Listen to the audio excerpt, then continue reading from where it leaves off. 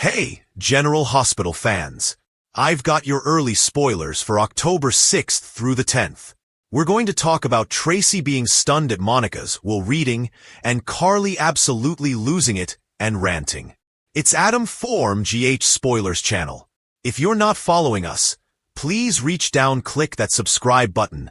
Just so you know, Tuesday was preempted by Major League Baseball, as is Wednesday. Thursday is a question mark. It depends on the status of Tuesday and Wednesday's game. So I'm going to go ahead and tell you about Thursday episode spoilers, and then Friday, and then we'll talk, as usual, about what's coming next week. But just be aware, if for some reason, we are preempted for MLB on Thursday, then that'll push everything down a day. Let's dive right into it on Thursday, October 2nd, which hopefully will air. We've got Elizabeth looking for Britt, and she's got a bone to pick. She's got some things to say, and this could be about her coming back to GH to work in the ER, or Nathan or Jason, or her fake death. I mean, Brett's got people coming at her left and right about a whole bunch of stuff. Tracy makes a promise. So she and Michael are talking, and Tracy knows that Michael was outside Drew's place right at the time of the shooting.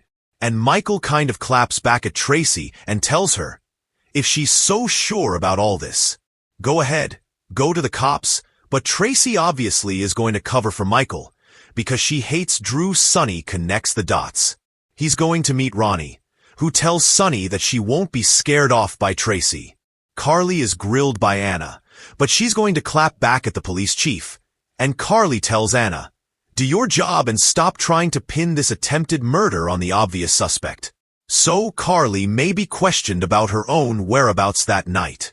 Anna thinks that her alibi is very dodgy because Jack provided it, and the gun is one that was in the Quartermain house someplace that Carly has access to. I do wonder if Anna is going to know at this point that Carly made a direct threat on Drew's life, and Elizabeth heard it. So Edward's gun being used in the shooting is very problematic for a lot of people. Britt talks to Spinelli and asks him if he thinks Maxie would be okay with this. I wonder if Britt is somehow opposed to James meeting Nathan. Britt's reaction to her brother Nathan being alive seems very off. But no matter what Britt says or Spinelli says, Nathan does meet his namesake son, James, this week. Ava has perfect timing. It looks like she's going to show up back to Alexis' place and time to save her from Rick, who has a knife to Alexis' throat. That's probably not a good feeling. It may flash her back to when Julian did the same thing Friday, October 3rd.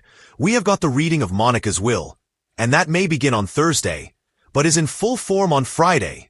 There's big fallout. Alexis is at the estate to read the will. On hand for the will reading are Ronnie, Tracy, Michael, Brooklyn, Jason, Olivia, and Ned. And I do wonder if Ronnie is in the will, and Alexis told her to show up for that. Rumor has it that Martin is going to represent Ronnie in this, and Tracy is going to hire Marco to represent the Quartermains. And I do wonder if this is all part of some kind of scheme of Drew's, because he vowed he won't be left out of his mom's will. Tracy's jaw drops, and Ronnie says this should be interesting. As the will reading happens, Drew is in a rage, so he may have very specifically been left out of Monica's will. Meanwhile, I expect Jason and Michael to inherit a good bit from Monica, and Drew is going to absolutely lose his mind over that, especially since Tracy rolled him right out of the funeral. Isaiah goes looking for Portia, and she told him that she wanted to give this thing a try. So Isaiah may be circling back to tell Portia that, yeah, I'd like to try it. I want to keep seeing you. But this week, it looks like Portia is taking a pregnancy test that may run over into next week, again, depending on the preemption schedule. Bernie is absolutely thrown for a loop. She may hear from her mystery boss again, and the whole Nathan thing is clearly throwing her off. Jocelyn is back in Port Charles, and I'm very curious to see if Vaughn and Joss try to sneak around behind Brennan's back, defying his direct orders to end their relationship the week of October 6th through the 10th.